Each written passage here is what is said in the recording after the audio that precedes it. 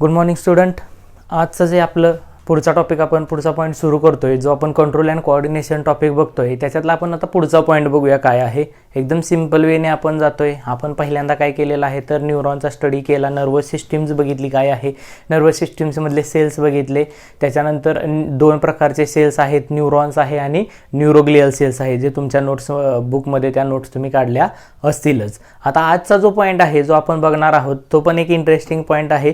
जो न्यूरॉन आहे त्या न्यूरॉनशी संबंधित किंवा जो ज्याला नर्व सेल्स म्हटलं जातं, या नर्व सेल्स संबंधित आपल्याला गोष्टी काय काय बघायच्या आहेत, त्याच्या प्रॉपर्टीज आपल्याला बघायच्या आहेत. म्हणजेच आपला आजचा जो पॉईंट आहे त्याला सिनॅप्सेस असं म्हटलं जातं. सिनॅप्स म्हणजेच काय, एक गॅप आहे. हा गॅप काय आहे तर दोन न्यूरॉन आहेत, त्या दोन न्यूरॉन मधला म्हणजेच हा एक न्यूरॉन आणि हा एक न्यूरॉन, हा एक नर्व सेल, या दोन नर्व सेल्स मधला जो मधला गॅप आहे, मायन्यूट गॅप, एकदम लहान गॅप असतो, त्याला सिनॅप्सेस असं म्हटलं जातं. मग सिनॅप्स नंतर ज्यावेळेला आपण प्रॉपर्टीज त्याच्या बघणार आहोत, त्या वन बाय वन आपण बघूया, एकदम व्यवस्थितरित्या समजून घेऊया. नाव पहिल्यांदा जो आहे मी लिहिलेला आहे की नर्व फायबर्स. या नर्व फायबर्समध्ये जे सिनॅप्स म्हणजेच काय, the junction, it is the junction between the two nerve cells.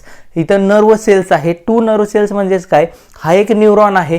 हा एक न्यूरॉन ज्यावेळेला मी सांगितलेला आहे की ज्या ठिकाणी ज्यावेळेला इथं इम्पल्स जनरेट होतात, हे इम्पल्स हा सेल बॉडीचा भाग आहे. ओके, हा मधला भाग आहे तो न्यूक्लियसचा भाग आहे, कारण सेल आहे त्याला मिडल न्यूक्लियस आहे. आणि मग या ॲक्झॉन मधून काय होत असतात, तो जो स्टिम्युलस आहे, तो जो इम्पल्स आहे, इम्पल्स म्हणजेच काय अजून एकदा समजून घ्या. स्टिम्युलस म्हणजे ज्या वेळेला मी चिमटा घेतो किंवा ज्या वेळेला मला सुई किंवा निडल एखादी टोचली जाते, त्यावेळेला ती कळ असते किंवा तो जो इम्पल्स असतो तो आपल्या ब्रेनपर्यंत पोहोचवला जातो, त्यालाच काय म्हटलं जातं तर त्यालाच आपण स्टिम्युलस म्हणतो. मग तो स्टिम्युलस जो आहे तो या ॲक्झॉनमधून किंवा या ॲक्झॉनच्या वेमधून काय केला जातो, पुढच्या न्यूरॉन्सकडं स्ट्रक्चरला पोहोचवला जातो. म्हणजेच काय, मी परत एकदा सांगतो, जे आपल्या बॉडीमध्ये नर्वस सिस्टीम्स आहे, ही नर्वस सिस्टीम्स जी न्यूरॉन्स असतात, ते न्यूरॉन्स ब्रँच लाईक स्ट्रक्चर्स असतात. त्याचं जाळं पूर्ण आपल्या बॉडीमध्ये पसरलेलं असतं. मग आता ज्या वेळेला it is the junction between two nerve cells, दोन नर्व सेल्स मधला जंक्शन, एक मायन्यूट, एक लहान असा थोडासा गॅप असेल, एकदम लहान, हा मी दिसतोय त्याच्यामध्ये एकदम लहान गॅप असतो. तो गॅप म्हणजेच काय तर त्याला सिनॅप्सेस असं म्हटलं जातं. आता हे ऑलरेडी आपण बघितलेलं आहे डायग्राम. ही डेंड्राइट्स आहेत, इथं मायलिन सीट प्रेझेंट आहे, बरोबर. मायलिन सीट कशासाठी तर कंडक्टिव्हिटी मेंटेन ठेवण्यासाठी.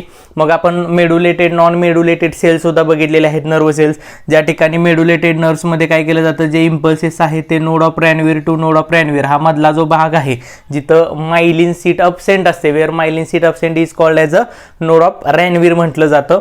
मग आता या ठिकाणी जो न्यूरॉन आहे, ह्या न्यूरॉनच्या रिलेटेड नर्व सेल्स जे आहेत, नर्व फायबर्स जे आहेत, ह्या नर्व फायबर्सची रिलेटेड प्रॉपर्टीज कुठल्या कुठल्या आहेत त्या आपल्याला बघायच्या आहेत. एकदम इंटरेस्टिंग प्रॉपर्टीज आहेत. पहिली आता प्रॉपर्टीज आहे, जो पॉईंट लिहिलेला आहे मी, प्रॉपर्टीज ऑफ नर्व फायबर.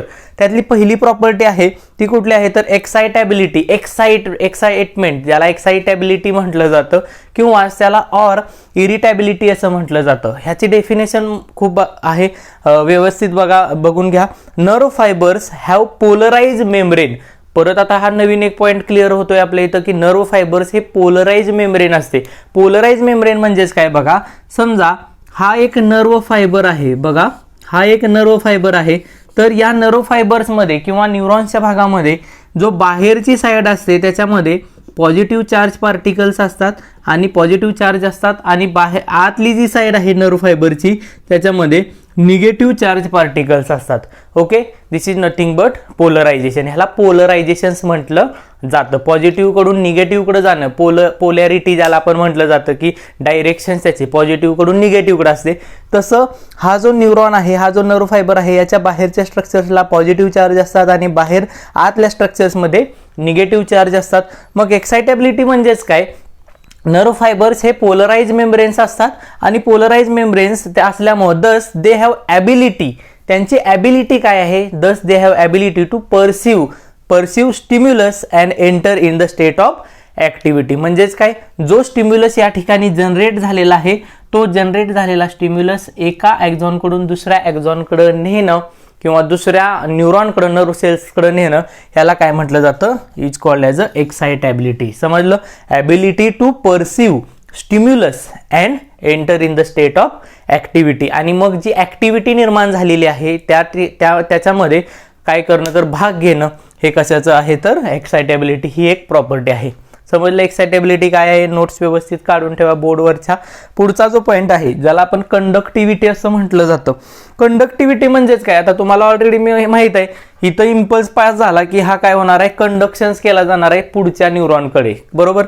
मग पुढच्या न्यूरॉनकडे जाण्यासाठी हे मायलिन सीट खूप इम्पॉर्टंट आहे, बरोबर. मग आता याच्यामध्ये कंडक्टिव्हिटी म्हणजेच काय, ॲबिलिटी ऑफ नर्व, जो नर्व हा आहे या नर्व सेल्सची ॲबिलिटी काय आहे टू ट्रान्समिट, तू काय करणे ट्रान्समिट करणे, काय तर जो इम्पल्स आहे, जो इम्पल्स या ठिकाणी जनरेट झालेला आहे, स्टिम्युलस जनरेट झाला आहे, तो इम्पल्स पुढं जनरेट करणं, ट्रान्समिट करणं, ट्रान्सपोर्टेशन करणं impulse along the whole length of axon. Okay, या ॲक्झॉनच्या पूर्ण लेंथ पासून काय करणं, तो कॅरी करणं स्टिम्युलस किंवा जो एंटर झालेला इम्पल्सेस आहे आणि तो पुढंपर्यंत नेणं, हे काय आहे तर ॲबिलिटी आहे. कशाची तर नर्व फायबरची. म्हणून कंडक्टिव्हिटी ही प्रॉपर्टी खूप महत्त्वाची आहे. समजले, कंडक्टिव्हिटी म्हणजेच काय, ॲबिलिटी, या नर्व फायबरची ॲबिलिटी असणं की तो जो नर्व सेल्स आहे तो काय करणं त्या ठिकाणी पोहोचवला जाणं, ॲबिलिटी आहे. ठीक आहे, हे दोन व्यवस्थित लिहून घ्या. पुढचा पॉईंट तिसरा आहे तो आपण बघूया. आता आपण तिसरा पॉईंट बघूया. तिसरा प्रकारचा जो नर्व फायबरचे प्रॉपर्टीज आहे ते आपण बघूया. पहिल्यांदा बोर्डवरती बघून घ्या, एक स्क्रीनशॉट तुमच्याजवळ असू द्या, स्क्रीनशॉट तयार करून घ्या. आता बघा, नर्व फायबरची आपण सुरुवातीपासून जे आपलं लेक्चर सुरुवात झालं कंट्रोल अँड कोऑर्डिनेशनचं, त्यापासून काय करतोय आपण तर ते याच्या प्रॉपर्टीज बघत आहोत. आणि त्यातली प्रॉपर्टीज म्हणण्यापेक्षा एक शब्द आपण बघतोय, त्याला स्टिम्युलस असं म्हटलं जातं. मग स्टिम्युलस म्हणजेच काय, ही एक प्रॉपर्टीज आहे नर्व फायबरची की जो स्टिम्युलस आहे तो जनरेट होत जाणं. मग आता जो स्टिम्युलस म्हणजेच काय, एनी डिटेक्टेबल, कुठलाही एनी डिटेक्टेबल चेंज, कुठला any detectable change that is physical, chemical, electrical change in the external, बाहेरचं एन्व्हायरमेंट किंवा internal environment which bring about excitation. म्हणजेच काय, कुठलाही प्रकारचा चेंज होणं, बाहेरून चेंज होणं किंवा आतमध्ये बॉडीमध्ये चेंज होणं, बॉडीमध्ये एखाद्या ऑर्गनच्या ठिकाणी तो बदल होणं, तो जो स्टिम्युलस आहे, तो जो डिटेक्टेबल एनी चेंज आहे तो जनरेट केला जाणं किंवा तो जनरेट होणं आणि तो आपल्या ब्रेनपर्यंत पोहोचवला जाणं, यालाच स्टिम्युलस म्हटलं जातं. परत एकदा बघा, detectable physical, chemical and electrical change in the external and or internal environment which bring about excitations in, कुठं excitations, which bring about excitations in nerve, muscle, organ and organism. कुठंही तो स्टिम्युलस जनरेट होत असेल, कुठेही असा change होत असेल, नर्वच्या ठिकाणी, मसलच्या ठिकाणी, ऑर्गनच्या ठिकाणी और ऑर्गॅनिझमच्या ठिकाणी, त्याला स्टिम्युलस म्हटलं जातं. आता मग कधी कधी काय होतं, आपल्याला जर एखादा स्टिम्युलस आहे तो जनरेट होत असतो, पण जनरेट झाल्यावरती आपल्याला तो समजत नाही. म्हणजेच काय, आपल्याला लहान असं कोणी मारत असेल तर आपण त्याच्याकडे लक्ष देत नाही किंवा आपल्याला ते समजतच नाही, बरोबर. हे का होतं, ह्याचं कारण आहे, कारण जो स्टिम्युलस आहे त्या स्टिम्युलसची समथिंग इंटेन्सिटी आहे. त्याला इंटेन्सिटी म्हणजेच काय, त्याला मिनिमम इंटेन्सिटी आहे, तेवढ्या प्रमाणात तो स्टिम्युलस जनरेट, त्या प्रकारचं चेंज होणं गरजेचं आहे, तरच त्याला स्टिम्युलस असं म्हटलं जाईल. अदरवाईज तो स्टिम्युलस किंवा ते आपल्याला समजणार नाही. म्हणजेच काय, एखादी निडल आपल्याला हळूच टोचणं आणि जे आपल्याला न कळणं, तो स्टिम्युलस होऊ शकत नाही. ती ज्यावेळेला टोचली जाते त्यावेळेला तो आपल्या बॉडीमध्ये एक इम्पल्स जनरेट होणं, त्याला स्टिम्युलस म्हटलं जातं. मग आता जी स्टिम्युलस आहे त्याच्यामध्ये तीन आपल्याला महत्त्वाचे टाइप्स किंवा तीन प्रकारच्या कॅटेगरीज आहेत. तो पहिला जो आहे ज्याला थ्रेशोल्ड स्टिम्युलस असं म्हटलं जातं. थ्रेशोल्ड स्टिम्युलस म्हणजेच काय, थ्रेशोल्ड म्हणजेच काय, मोस्ट इम्पॉर्टंट. किती आहे, threshold stimulus must have minimum intensity, त्याची मिनिमम इंटेन्सिटी असते. स्टिम्युलस तयार होण्यासाठी बॉडीमध्ये एक मिनिमम इंटेन्सिटी असणं गरजेचं आहे. मग मिनिमम इंटेन्सिटी किती आहे हा पण पॉईंट आहे, हे आपण पुढं आपण बघणार आहोत. ज्या ठिकाणी आपण कंडक्टिव्हिटी बघणार आहोत नर्व फायबरची, त्यावेळेला हा पॉईंट आपल्याला परत हे येणारच आहेत. पण इथं आपल्याला प्रॉपर्टीज, ही एक प्रॉपर्टीज आहे. So threshold stimulus must have minimum intensity, आणि ती मिनिमम इंटेन्सिटी किती असते तर मायनस, बघा मायनसमध्ये आहे ही, -50 to -55 मिली व्होल्ट एवढी त्याची काय असते तर मिनिमम इंटेन्सिटी असते. एवढ्या प्रमाणात जर स्टिम्युलस जनरेट झाला तरच तो आपल्याला समजतो, तरच ते इम्पल्स पुढे पास केले जातील, अदरवाईज ते पास होणार नाहीत.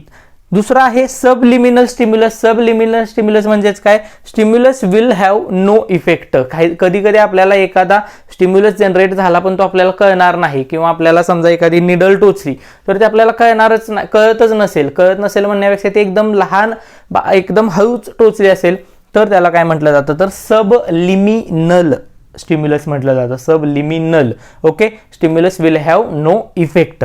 त्याच्यानंतर पुढचा तिसरा आहे तो म्हणजेच काय, सुप्रालिमिनल किंवाच इन ब्रॅकेटमध्ये मी लिहिलेला आहे स्ट्रॉंग. सबलिमिनलला आपण इथं काय लिहू शकतो, तर इथं लिहू शकतो वीक स्टिम्युलस लिहू शकतो, एकदम वीक स्टिम्युलस. सुप्रालिमिनल म्हणजेच काय, स्ट्रॉंग स्टिम्युलस, एकदम स्ट्रॉंगली तो जनरेट झाला. म्हणजेच काय, stimulus same degree of impulses as threshold stimulus. म्हणजेच काय, आपण इथं म्हणू शकतो सुप्रालिमिनल सुप्रालिमिनल स्टिम्युलस म्हणजेच काय, it is nothing but the threshold stimulus. कारण का, हा जनरेट होणं म्हणजेच काय होणं, तर सुप्रालिमिनल किंवा स्ट्रॉंग स्टिम्युलस जनरेट होणं. बघा, stimulus same degree of impulse as threshold stimulus. So तिसरी आपल्याला प्रॉपर्टी समजलेली आहे, कुठल्याही प्रकारचा डिटेक्टेबल चेंज होणं आणि तो जनरेट होणं, तो जनरेट कुठं होणं, एक्सायटेशन्स, अशा प्रकारचं एक्सायटेशन्स होणं कुठं, नर्वच्या ठिकाणी, मसलच्या ठिकाणी, ऑर्गनच्या ठिकाणी किंवा ऑर्गॅनिझमच्या ठिकाणी, याला काय म्हटलं जातं, तर याला तिसरी प्रॉपर्टी जी आहे ती स्टिम्युलस आहे नर्व फायबरची. ओके, आता पुढचा चौथी प्रॉपर्टीज बघूया.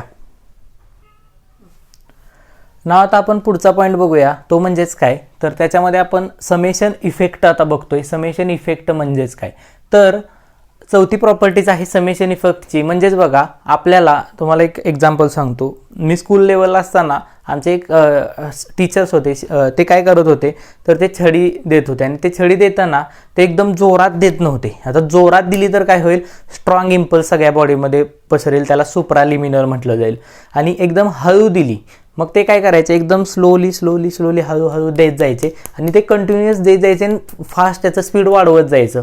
त्यामुळे काय व्हायचं, ज्यावेळेला ते देत होते लहान लहान छडी, त्यावेळेला तो जो स्टिम्युलस होता तो आम्हाला समजत होता, पण त्याला आपण म्हणू की सबलिमिनल होता, एकदम लहान होता.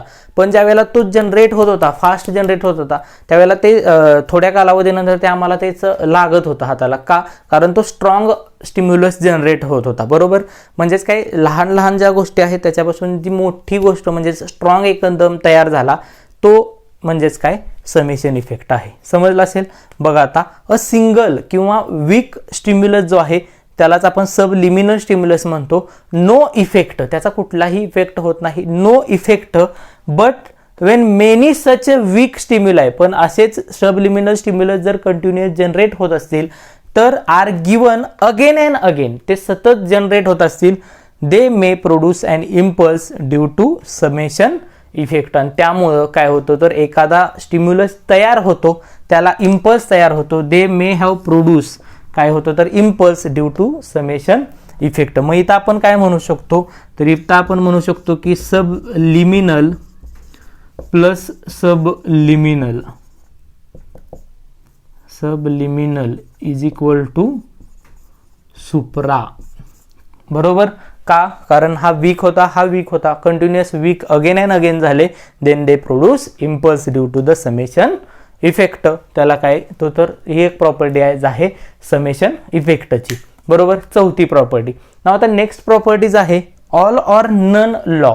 ऑल ऑर नन लॉ म्हणजेच काय, ज्यावेळेला एखादा इम्पल्स जनरेट होतो त्यावेळेला तो एकतर त्या पूर्ण ॲक्झॉनमधून पास केला जाईल और तो पास केला जाणार नाही, त्याला ऑल ऑर नन लॉ म्हटलं जातं. म्हणजेच काय, nerve will either conduct impulse, तो एकदा कंडक्ट केला जाईल, तो पुढे नेण्यासाठी कंडक्ट केला जाईल, along with the entire length, तो त्या ॲक्झॉनची जी पूर्ण लेंथ आहे त्या ॲक्झॉनच्या पूर्ण लेंथ मधून तो कॅरी केला जाईल. ओके, एकतर तो कॅरी केला जाईल किंवा तो कॅरी केला जाणार नाही. Either length or will not conduct at all which occurs in the subliminal stimulus is called as the all or none law. चौथा आहे समेशन इफेक्ट काय आलेला आहे, सबलिमिनल प्लस सबलिमिनल सुप्रालिमिनल होईल. आणि ऑल ऑर नन म्हणजेच काय, एकतर तो स्टिम्युलस आहे, तो इम्पल्स आहे, तो एकतर एंटायर लेंथनं पास केला जाईल किंवा तो पास केला जाणार नाही, त्याला ऑल ऑर नन लॉ म्हटलं जातं. सहावी प्रॉपर्टी आपण आता पुढच्या पॉइंटमध्ये बघूया. नाव आता नेक्स्ट प्रॉपर्टीज आपण बघूया. आपण प्रॉपर्टीज बघतोय, त्यातला आता पुढची प्रॉपर्टीज आहे ती म्हणजेच काय, तर रेफ्रॅक्टरी पिरियड आणि 7वी जी आहे ती सिनॅप्टिक डिले आहे. नीटच्या दृष्टीने ह्या प्रॉपर्टीज खूप महत्त्वाच्या आहे. कुठलीही प्रॉपर्टी एखादी तुम्हाला नीटला विचारली जाऊ शकते. नाव आता नर्व फायबर्सची जी पुढची प्रॉपर्टीज आहे रेफ्रॅक्टरी पिरियड्स म्हणजेच काय, आता आपण बघतोय की स्टिम्युलस जनरेट होत आहेत आणि ते स्टिम्युलस आहेत ते एका न्यूरॉनकडून दुसऱ्या न्यूरॉनकडे पास होत असतात, बरोबर. आता ते पास होत असताना जो मधला गॅप आहे त्याला काय म्हटलं जातं, तर जो मधला गॅप आहे त्याला काय म्हटलं जातं, तर सिनॅप्स असं म्हटलं जातं. मग आता हा जो सिनॅप्स आहे, हा जो सिनॅप्सचा पार्ट आहे याच्यामध्ये काय महत्वाचं आहे, तर रेफ्रॅक्टरी पिरियड म्हणजेच काय, टाइम इंटरवल, असा टाइम इंटरवल जो काय इन मिलीसेकंद असतो, ड्युरिंग विच, असा time interval millisecond during which nerve fails, म्हणजेच काय, nerve fail to respond to second stimulus, म्हणजेच काय, त्याला एक समथिंग टाइम आहे, त्या टाइम मध्येच तो पास होत असतो. म्हणजेच काय, एखादा स्टिम्युलस पास होत असेल आणि त्याच वेळेला जर दुसरा स्टिम्युलस स्ट्रॉंग स्टिम्युलस पास झाला तर तो स्ट्रॉंग स्टिम्युलस आहे तो पास होणार नाही. का, कारण त्याला एक रेफ्रॅक्टरी पिरियड आहे आणि त्या कालावधीतच तो पास होणं गरजेचं आहे. म्हणजेच काय, time interval during which a nerve fail to respond to second stimulus. का नर्व फेल झाली, का फेल झाली, to respond second stimulus even if it is a strong, जर तो स्ट्रॉंग असेल तरी सुद्धा तो पास केला जाणार नाही. त्याला रेफ्रॅक्टरी पिरियड्स असं म्हटलं जातं. आता रेफ्रॅक्टरी पिरियड नंतर जी 7वी आहे प्रॉपर्टीज ती पण महत्वाची आहे. सिनॅप्टिक डिले म्हणजेच काय, द इम्पल्स टेक अबाउट, ज्या वेळेला इम्पल्स पास होत असतात which take about 0.3 to 0.5 millisecond.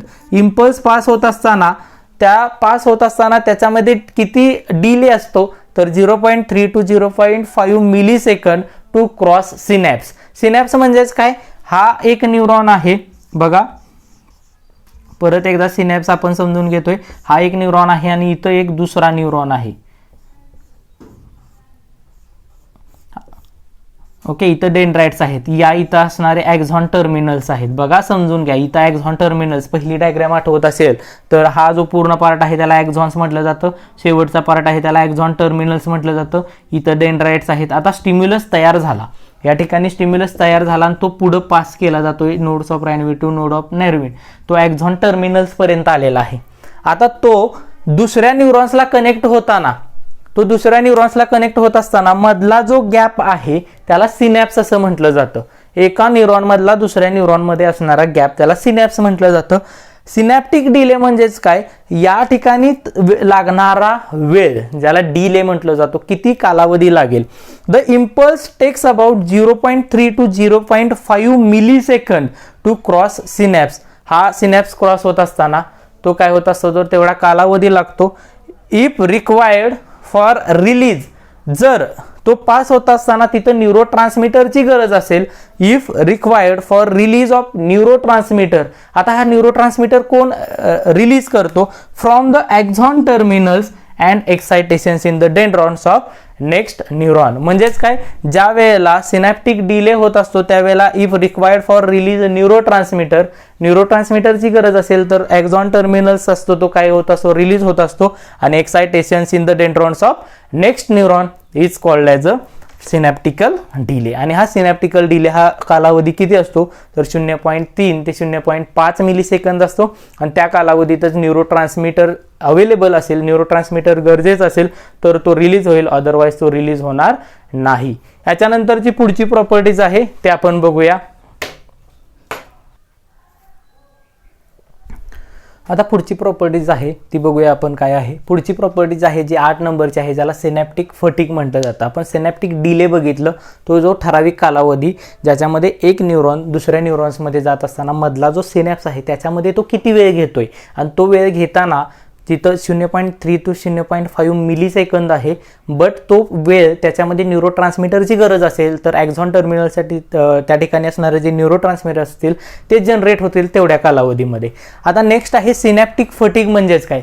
Synaptic fatigue म्हणजेच काय, जो न्यूरोट्रान्समीटर होता तो न्यूरोट्रान्समीटरच डिप्लीट झालेला असेल त्या ठिकाणी. डिप्लीट म्हणजेच काय, तो त्या ठिकाणी प्रेझेंटच नसेल. म्हणजेच काय, transmission of nerve impulses transmission होताना अक्रॉस द सिनॅप्स, तो ज्या सिनॅप्सेस मधल्या सिनॅप्सेसमध्ये मधल्या गॅपमध्ये ज्या वेळेला तो जातो, दोन न्यूरॉनच्या मध्ये जातो, स्टॉप टेम्पररीली म्हणजे तो टेम्पररीली स्टॉप होतो ड्यू टू डिप्लिशन्स ऑफ न्यूरोट्रान्समीटर. जर न्यूरोट्रान्समीटर डिप्लिशन्स असेल, जर तो कमी असेल किंवा जर अब्सेंट असेल तर त्या ठिकाणी तो टेम्पररीली जो नर्व फायबर्सच्या ठिकाणी टेम्पररी जो स्टिम्युलस आहे तो काय केला जाईल, इम्पल्स आहे तो स्टॉप केला जाईल. त्याला सिनॅप्टिकल फटिग म्हटलं जातं किंवा सिनॅप्टिकल टायर्डनेस म्हटलं जातं. तो जो इम्पल्स आहे तो पुढे पास केला जाणार नाही. ही आहे काय तर 8वी प्रॉपर्टीज आहे. 9वी प्रॉपर्टीज पण खूप इंटरेस्टिंग आहे. इंटरेस्टिंग याच्यासाठी कारण नीट लेवलला याच्यावरती डायरेक्ट क्वेश्चन्स विचारला जातो की व्हेलॉसिटीमध्ये कोणकोणत्या प्रकारच्या प्रॉपर्टीज येतात, ज्या ह्या इथं मी 3 दाखवलेल्या आहेत. आता व्हेलॉसिटी म्हणजेच काय, rate of transmissions of impulses. ज्या वेळेला इम्पल्स पास होत असतो त्यावेळेला त्याचा रेट किती आहे आणि तो सर्वात जास्त कोणामध्ये असतो, सर्वात कमी कोणामध्ये असतो, त्यालाच काय म्हटलं जातं, व्हेलॉसिटी म्हटलं जातं. व्हेलॉसिटी म्हणजेच काय, रेट ऑफ ट्रान्समिशन ऑफ इम्पल्सेसचा रेट किती आहे, कोणामध्ये तो जास्त आहे. जर मी बघा चिमटा घेतला तर तो मला लगेच समजतोय, म्हणजे काय हा रेट आपल्या बॉडीमध्ये ह्युमन्समध्ये जास्त आहे, बरोबर. मग आता आपण वॉर्म ब्लडेड आहोत, उष्ण रक्ताचे प्राणी आहोत, वॉर्म ब्लडेड आहोत, म्हणून आपल्यामध्ये तो जास्त आहे. पण जो दुसरे अॅनिमल्स आहेत ज्याच्यामध्ये कोल्ड ब्लडेड आहेत त्यांच्यामध्ये तो कसा असेल, त्या गोष्टी आपल्याला बघायच्या आहेत. त्याला व्हेलॉसिटी म्हटलं जातं. पहिला आहे higher in long and thick nerve. म्हणजेच काय, rate of transmission of impulses जास्त कोणामध्ये असेल, जेवढा एक्झॉन लांब असेल तेवढा त्याचा रेट जास्त असेल, आणि थिक जेवढा असेल, नर्व फायबर जेवढी थिक असेल तेवढं त्याचं जे व्हेलॉसिटी आहे, त्याचा जो रेट आहे तो जास्त असेल. दुसरा आहे higher in homeotherm and lower in poikilotherm. म्हणजेच काय तर होमिओथर्म म्हणजेच काय, उष्ण रक्ताचे जे प्राणी आहेत त्यांच्यामध्ये रेट हा खूप जास्त आहे, आणि जे कोल्ड ब्लडेड ॲनिमल्स आहेत त्यांच्यामध्ये तो कमी आहे. म्हणून त्याला काय टर्म्स वापरलेले आहेत तर पोइकिलोथर्म्स अशी वापरलेली आहे. नेक्स्ट आहे higher in voluntary fibres than the involuntary fibres. म्हणजेच काय, व्हॉलेंटरी फायबर्स आहेत, म्हणजेच आपल्या बॉडीमध्ये मी इथं टच केला, मी इथं इम्पल्स जनरेट केला, स्टिम्युलस दिला, इम्पल्स जनरेट झाला, तो ब्रेन पर्यंत पोहोचला, तो रेट किती असेल. व्हॉलेंटरी फायबर, व्हॉलेंटरी मसल्स आणि इनव्हॉलेंटरी मसल्स, हे मसल्सचे 2 टाइप्स आहेत. ज्या मसल्सवरती आपलं कंट्रोल आहे, जिममध्ये जातो आणि आपण मसल्सची मुवमेंट करत असतो, व्हॉलेंटरी कंट्रोल आहे, त्याला काय म्हटलं जातं तर व्हॉलेंटरी फायबर्स किंवा व्हॉलेंटरी मसल्स म्हटलं जातं. त्या व्हॉलंटरी मसल्सच्या ठिकाणी व्हॉलंटरी नर्व्स प्रेझेंट असतील, व्हॉलंटरी फायबर्स प्रेझेंट असतील, त्या ठिकाणी 100 ते 120 मीटर पर सेकंद एवढ्या प्रमाणात त्याची व्हेलॉसिटी जास्त असते. Compared to involuntary muscles, there is a intensity or there is a velocity of 10 to 20 only 10 ते 20 मीटर पर सेकंद एवढीच काय असते तर त्या ठिकाणी त्याची व्हेलॉसिटी असते. त्यामुळे या ठिकाणी आपण असं म्हणू शकतो की ज्या ठिकाणी व्हॉलेंटरी मसल्स असतात त्या ठिकाणी जे व्हेलॉसिटी असते ती खूप जास्त असते कंपेअर्ड टू द इनव्हॉलेंटरी मसलच्या ठिकाणी. अजून एक याच्यातला डिफरन्स आहे किंवा अजून एक व्हेलॉसिटीचा जो पॉईंट आहे तो पण मी सांगतो. इन मेडुलेटेड नर्व फायबर, आता आपण मेडुलेटेड नर्व फायबर बघितलेले आहेत, बरोबर. मेडुलेटेड नर्व फायबर आणि नॉन मेडुलेटेड फायबर्स बघितलेले आहेत. तुमच्यासाठी क्वेश्चन्स आहे, मेडुलेटेड नर्व फायबर आणि नॉन मेडुलेटेड फायबर या दोन्हीचा विचार केला तर व्हेलॉसिटी ही कोणामध्ये जास्त आहे हे मला तुम्ही लिहायचं आहे आणि मला त्याचा फोटोज क्वेश्चनचा पाठवायचा आहे. ओके, नाव एवढ्या इथं आपल्या काय झालेल्या आहेत, प्रॉपर्टीज संपलेल्या आहेत. ह्या प्रॉपर्टीज सगळ्या एकदा बघून घ्या, नोट्स करून घ्या, याच्या एकदम समजून घ्या, व्हिडिओ सारखा बघा जर एखादी प्रॉपर्टी समजली नसेल तर. आता याच्या पुढचा जो पॉईंट आहे परत आपण जो बघणार आहोत त्याच्यामध्ये आता आपण सिनॅप्स बघणार आहोत आणि सिनॅप्सेसचे जे कोऑर्डिनेशन्स आहे ज्याला केमिकल आणि इलेक्ट्रिकल सिनॅप्स कसे जनरेट होतात ते पण खूप इंटरेस्टिंग आहे. कारण तिथं पोलरायझेशन जो पोलरायझेशनचा जो कन्सेप्ट होता, प्लस साइन आणि मायनस साइन, त्याचा कन्सेप्ट आपण त्या ठिकाणी बघणार आहोत. आपण परत एकदा समरी बघूया कोणकोणत्या प्रकारचे आपण काय बघितलेले आहेत तर प्रॉपर्टीज बघितलेले आहेत. पहिली प्रॉपर्टीज आपण बघितली एक्साइटेबिलिटी किंवा इरिटेबिलिटी. नर्व फायबरची एक प्रॉपर्टी आहे ऑलवेज एक्साइटेड असणं आणि परसिव्ह करणं. जो स्टिम्युलस आहे तो एका न्यूरॉनकडून दुसऱ्या न्यूरॉनकडे पास करणं, त्याला एक्साइटेबिलिटी म्हटलं जातं. दुसरी प्रॉपर्टीज आहे कंडक्टिव्हिटी. जो इम्पल्स जनरेट झालेला आहे, जो स्टिम्युलस जनरेट झालेला आहे तो कंडक्ट करणं, त्याची ॲबिलिटी आहे तो कंडक्ट करणं, एका न्यूरॉनकडून दुसऱ्या न्यूरॉनकडे तो पास करणं. तिसरी प्रॉपर्टीज महत्त्वाची आहे ती म्हणजेच काय, स्टिम्युलस कुठल्याही प्रकारचा डिटेक्टेबल चेंज, फिजिकल चेंज होणं, इलेक्ट्रिकल चेंज होणं, आणि तो चेंज झालेला आहे तो काय होणं, तर त्या ठिकाणी एक्सायटेशन्स करणं नर्व फायबरमध्ये, त्याला स्टिम्युलस म्हटलं जातं. स्टिम्युलसमध्ये आपण थ्रेशोल्ड बघितलेले आहेत. थ्रेशोल्ड म्हणजेच काय, मिनिमम इंटेन्सिटी -50 -50 टू -55 मिलीव्होल्ट आहे. त्याच्यानंतर आपण सबलिमिनल बघितलं. सबलिमिनल म्हणजेच वीक स्टिम्युलस. त्याच्यानंतर पुढचा बघितला तो म्हणजेच कोणता, तर सुप्रालिमिनल बघितलं, बरोबर. सुप्रा म्हणजेच काय, स्ट्रॉंग स्टिम्युलस. मग आपण आता स्टिम्युलस नंतर डायरेक्ट पुढचा पॉईंट बघितला, समेशन इफेक्ट म्हणजेच काय. समेशन इफेक्ट म्हणजेच काय, तर लहान लहान स्टिम्युलस ज्या वेळेला जनरेट होतात ते बॉडीकडे पास केले जात नाहीत, पण ते कंटिन्युटी त्याची जर राहिली, जे अगेन अँड अगेन तो स्टिम्युलस जनरेट होत राहिला, तर काय होत असतं, मी जे छडीचं एक्झाम्पल दिलं ते एक्झाम्पल तुम्हाला लक्षातच राहील की त्या ठिकाणी त्याला समेशन इफेक्ट असं म्हटलं जातं. समेशन इफेक्ट नंतर ऑल ऑर नन प्रिन्सिपल किंवा ऑल ऑर नन लॉ म्हणजेच काय, एक तर स्टिम्युलस पूर्ण ॲक्झॉनमधून म्हणजेच न्यूरॉनमधून पास केला जाईल, अदरवाईज तो पास केला जाणार नाही, त्याला ऑल ऑर नन लॉ म्हटलं जातं. त्याच्यानंतर आपण रेफ्रॅक्टरी पिरियड बघितला, किती टाइम इंटरवल लागतोय एक इम्पल्स पास होत असताना, आणि तो जर नर्व फेल्स टू रिस्पॉन्ड म्हणजेच तो कालावधी आहे, त्या कालावधीतच तो इम्पल्स पास होत असतो. पण त्या ठिकाणी जर दुसरा इम्पल्स जनरेट झाला, स्ट्रॉंग जरी जो असेल तरी तो पास केला जाणार नाही, त्याला रेफ्रॅक्टरी पिरियड्स असं म्हटलं जातं. त्याच्यानंतर आपण बघितलं सिनॅप्टिकल डिले. सिनॅप्टिकल डिले म्हणजेच काय, एक न्यूरॉन हा आहे, दुसरा न्यूरॉन हा आहे, हा जो मधला गॅप आहे, ह्या मधल्या गॅपमधून एक स्टिम्युलस पास होत असताना त्याला लागणारा कालावधी, त्याला किती डिले म्हणजेच काय, आपण एखाद्याला म्हणतो तुला लेट झाला, लेट म्हणजेच त्याला डिले म्हणतो. ओके, रेल्वेचं तुम्ही उदाहरण घेऊ शकता, रेल्वे डिले आहे असं म्हटलं जातं, किंवा रेल्वे लेट आहे असं म्हटलं जातं. म्हणजेच काय, इथून इकडे जाताना किती गॅप आहे, त्या गॅपमधून पास होत असताना किती कालावधी लागला, त्याला सिनॅप्टिकल डिले म्हटलं जातं. सिनॅप्टिकल फटीग म्हणजेच काय, हा एक न्यूरॉन आहे, हा दुसरा न्यूरॉन आहे, हा पहिल्या न्यूरॉनचा ॲक्झॉन टर्मिनल आहे, हा दुसऱ्या न्यूरॉनचा डेंड्राइट्स आहे, या दोन्ही मधला गॅप सिनॅप्स आहे. आता इथं न्यूरो ट्रान्समीटरची गरज आहे, बट तो न्यूरो ट्रान्समीटरच जनरेट झाला नाही, जर तो डिप्लीट असेल किंवा टेम्पररी तो जनरेटच नाही झाला, तर त्याला काय म्हटलं जातं, तर सिनॅप्टिक फटीग असं म्हटलं जातं. सिनॅप्टिक फटीग नंतर आपण व्हेलॉसिटी बघितली, हायर कोणामध्ये असते, लॉंग आणि थिक. जेवढा लॉंग न्यूरॉन्स असेल, जेवढा तो थिक असेल, तेवढी त्याची व्हेलॉसिटी, तेवढं त्याचं ट्रान्समिशन, रेट ऑफ ट्रान्समिशन खूप जास्त असेल.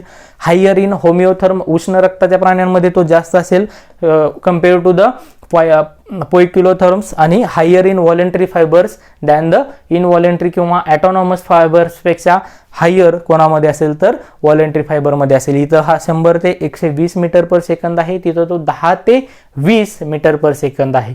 हे खूप इम्पॉर्टंट आहेत प्रॉपर्टीज, कारण ह्या प्रॉपर्टीज तुम्हाला समजल्या तर आपल्याला पुढचा पूर्ण टॉपिक समजायला सोपं जातं. सो या प्रॉपर्टीज सगळ्या आहेत ते तुमच्या बुकमध्ये नोट डाऊन करून ठेवा. नेक्स्ट पॉईंट आपण बघूया सिनॅप्स, आणि सिनॅप्सचे 2 टाइप्स आहेत, केमिकल सिनॅप्स आणि इलेक्ट्रिकल सिनॅप्स काय आहेत ह्याचा फरक सुद्धा आपण समजून घेऊया. Okay, thank you.